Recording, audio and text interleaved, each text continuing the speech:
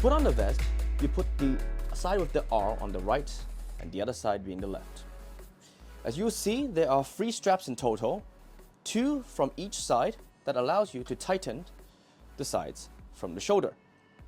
To pull, you straighten it, or you release it to widen it. The final strap here is to control the shoulder width. These are to adjust for different sizes of your models. To install the pouch, put one side on the Velcro strap. And now, put the strap on the back of the set. You want to connect this tube by pushing it in. Now it should be securely locked. On this side, you can see there is a Velcro strip. You pull this out, and this is for you to secure both the tube and this strap. And so you can put this on together, like this. And now the remaining side goes like that. And now you have secured the pouch. And now when everything is ready, simply press the remote, and now the smoke vest is ready to go. These are dedicated splitters that allow you to connect tubings from different angles. These also feature an instant lock system that allows the smoke to be leak-proof. You'll notice by simply plugging it, it automatically locks itself. Now it will be unable to be removed. And as you can see, the smoke will now come out from the outlets on different sides. To remove it, simply press against this ring. By pressing against it, the tube will unlock itself. For the belt setup, as you'll notice, on this side of the pouch, there's a loop. This is the loop where you put the belt in.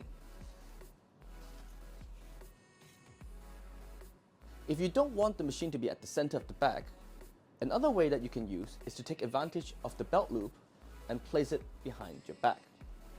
So now you can put it in the center, and you will want to measure a tube by connecting it here and going here. And now this way, you get the same effect. Another setup is if you want the Smoke Ninja to be on the side of your body. To do this, remove these parts of tubing. We're now going to replace it with an extra bit of tubing that looks like this.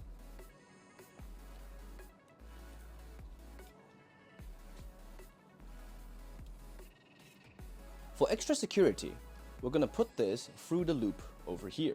Now with the Smoke Ninja Pro, you will now attach it to the pouch like this. And now using the strap, be mindful to use this tiny strap to secure the loop here,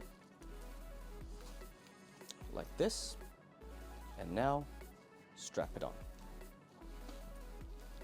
Now the machine is now on the side. To do the smoke on hair effect, you'll need to create the head loop.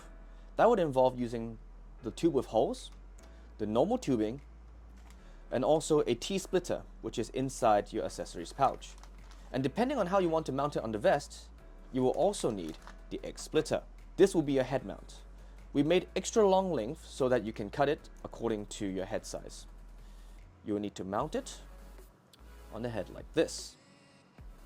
So the final setup would look like this, with the Ninja on the side, through the loop, and then from the head, you will see the smoke coming from the different holes of the head loop.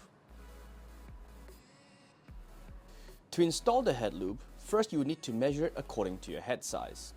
You will want to place the T-splitter on one end, wrap it around where you want it to be and the head, and then measure the part where it connects together. And now you want to cut here. And now we are going to loop it around like that. And now it's secure. Now with the tubing with no holes, you want to plug one end onto the head loop, and you will now want to measure the distance between here and the mouth of this pouch. And so we will want to measure the length here, and we will want to cut a bit more than the end here, because you want to give some slack for the head movement.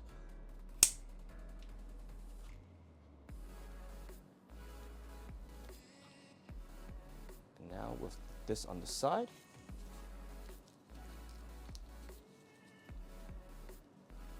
now the head loop is ready. An additional setup is to use the X-splitter, and using an extra bit of tubing, now you can create extra channels where not only does it go through the head loop, but it will also go through the side, which is for your mounting needs when you're using it for this vest, so it comes out from both your body and the head. With the X-splitter, now you can channel the smoke to both the vest itself and also the head loop.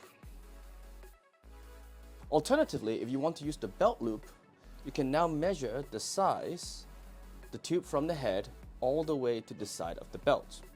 What you want to do is to measure the exact point where it attaches to the loop, and you want to aim slightly lower. As you can see, I made it slightly loose because you do want to give leeway for head tilts and rapid head movements where you might need a bit of a slack. And so for this point, now it would be ready.